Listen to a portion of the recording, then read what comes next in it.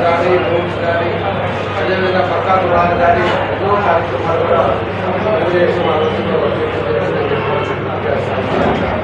కాబట్టి 14-19 ఇక్కడ మదకృష్ణ బాలిక గారు అయితే నన్ను కూడా నాతో కూడా మాట్లాడారు. చాలాసార్లు మేము కూడా చంద్రబాబు నాయుడు గారు అందరూ కూడా ఏదో విధంగా ఏదైతే వీళ్ళు ఎప్పటి నుంచో ఒక కోరిక వర్గీకరణ చేస్తే అందరూ బాగుంటామని చెప్పేసి ఎప్పుడైతే కోరుతున్నారో దాన్ని చేద్దామని చెప్పేసి కూడా మేము కూడా ఆ రోజుల్లో ప్రయత్నాలు చేశాం. అది జరగల. మొన్న ఈ మధ్య మన మదకృష్ణ బాలిక గారు మన చంద్రబాబు నాయుడు గారు కలవటం, ఆయన కూడా నాకే ఇవ్వడం తప్పకుండా నేను ప్రభుత్వం రాగానే ఈసారి చేస్తామని చెప్పేసి ఆయన కూడా చెప్పడం చాలా సంతోషమైన విషయం.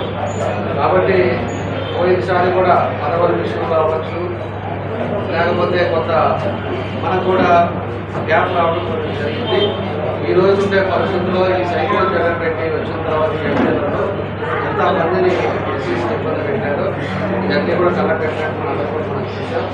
కాబట్టి రేపు ప్రభుత్వం రాగానే ఈసారి గట్టిగా ఇంపార్టెన్స్ అనేది మాత్రం మాదిగలకి 100% అనేది ఖచ్చితంగా చేస్తాం. ఎందుకంటే మేము రివ్యూలో మాట్లాడుకునేటప్పుడు కానీ బాబు గారితో మాట్లాడుకునేటప్పుడు కానీ ఆ టైంలో ఉండే పరిస్థితులను బట్టి కొంత పోయినసారి ఇబ్బందులు జరిగి ఎప్పుడు నమ్ముకునే వాళ్ళు మనల్ని మాత్రం అనుకుంటే ఉంటారనుకోవడం జరిగింది. ఏ పనేది మాత్రం ఖచ్చితంగా నూటికి 100%. చంద్రబాబు నాయుడు వర్గీకరణ కోసం ఒక కమ్యూనిటీను కూడా పక్కన పెట్టి అంత ధైర్యంగా చెప్తున్నాడంటే మనం టీడీపీకి కంపల్సరీగా ఓట్లు వేయాలా, టీడీపీని గెలిపించుకోవాలా, టీడీపీ మన మనగడి, టీడీపీ మాదిరి జాతి అనేది గుర్తుపెట్టుకోవాలని ఈ సమామూర్ఖం చెప్తున్నాం.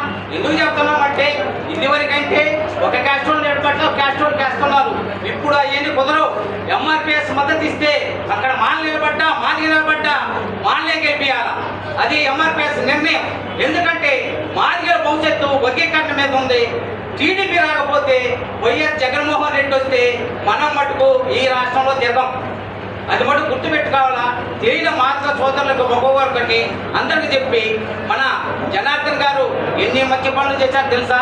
బ్రిడ్జీలు కనీసం వాసిపోయే ఊరికి కూడా బ్రిడ్జి లేకపోతే 2 స్టూడెంట్లు చచ్చిపోతే నర్రోడ్డు మీద నిలబడి ధర్నా చేస్తే దిక్కు దశ లేదు, 2 చచ్చిపోతే అట్టాటి కాడ మన జనార్దన్ గారు చేశారు.